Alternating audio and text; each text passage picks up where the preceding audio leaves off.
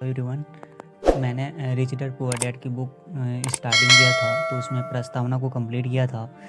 Then मैं first अध्याय rich dad poor dad he खुद है, तो मैंने उसमें पार्ट 1 पार्ट 2 कंप्लीट किया था। तो आज पार्ट 3 है, जिसमें उसमें पढ़ेंगे क्या, एक कवि है।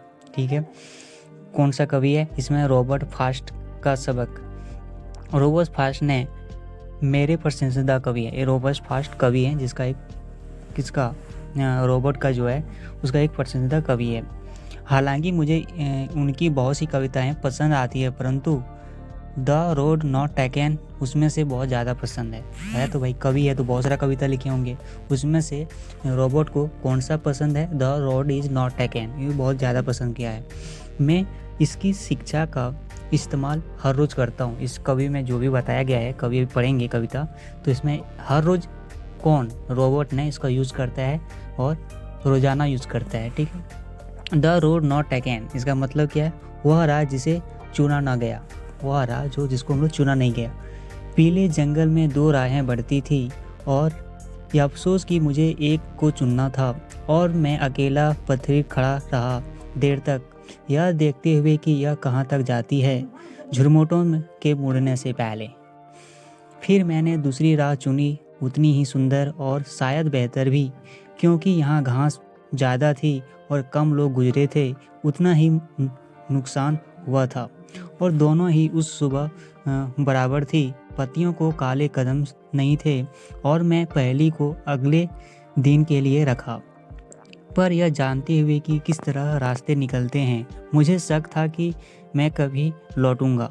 मैं या भरकर यही कहूँगा कि आज से सदियों बाद शायद एक जंगल में 2 राहें बढ़ती थी, और मैंने कभी चली हुई राह को चुना, मैं कम चली हुई राह को चुना, और इसी राह से सारा फर्क पड़ा।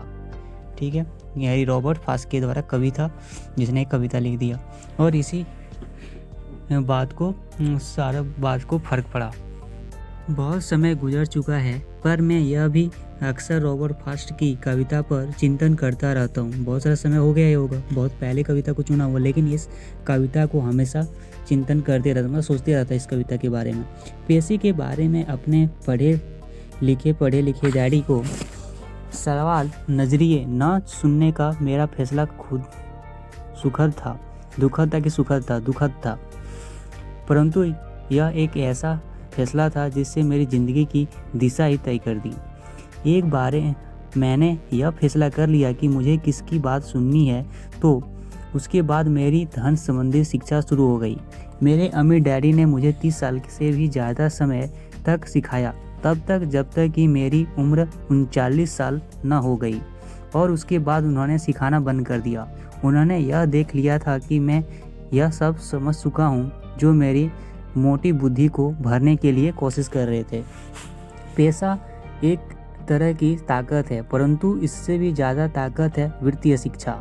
ठीक है, वित्तीय शिक्षा ज़्यादा ताकत है, ना कि पैसा। ठीक है, पैसा को आता और जाता रहता है, पैसा तो आता ही जाता रहता है, परंतु अगर आप यह जानते हैं कि पैसा किस तरह से काम करता है, तो आप ज़्यादा ताकतवर हो जाते हैं और आप दौलत कमाना शुरू कर सकते हैं।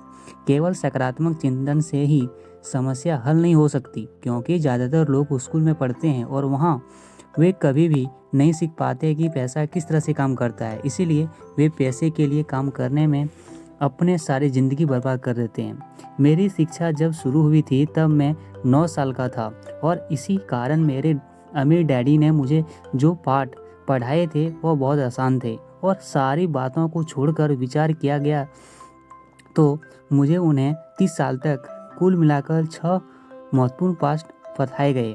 ठीक है, 30 सालों में 6 महत्वपूर्ण अध्याय को पढ़ाया गया।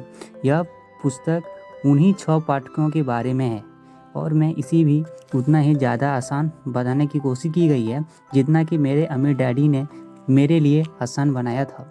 यह पाठ आपके लिए जवाब की तरह नहीं, बल्कि मार्गदर्शक की तरह लिखे गए हैं।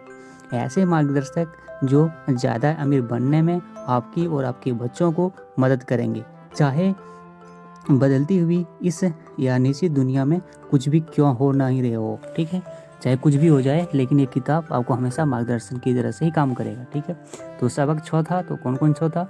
सबक 1, अमीर लोग पैसे के लिए काम नहीं करते। सबक 2, पैसे की समझ क्यों सिखाई जानी चाहिए। सबक 3, अपने काम से काम रखो। सबक 4, टैक्स का इतिहास और कॉरपोरेशन की ताकत।